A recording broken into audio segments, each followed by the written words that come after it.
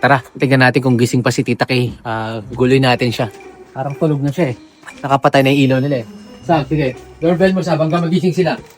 Ding-dong mo ng ding-dong.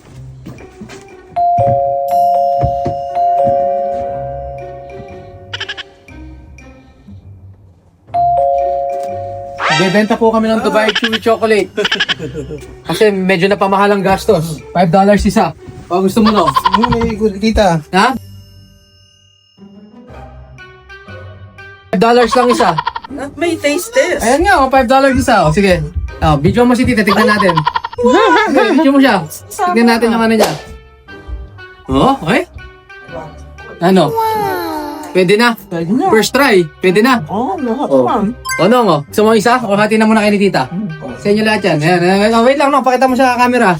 Oh, kinagat niya na. Bayad na yan, ha? $5 isa na yan. Oh. $5 isa na yan, ha? Pwede. Pwede. Wait lang. Puntahan ko si Gian. Puntahan natin si Gian. Wala malis. Umalis si Gian. Si Jervin. Tara. Tingnan natin si Jervin. Bentahan din natin na lalo na nakaraming duct cleaning kanina umaga yun. Baka sakaling bumili sa atin. Tara.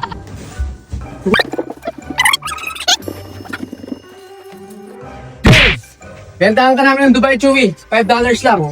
Ayun na. Oh. Tikman mo. Ba yan? $5 lang. Oo. Tikman mo.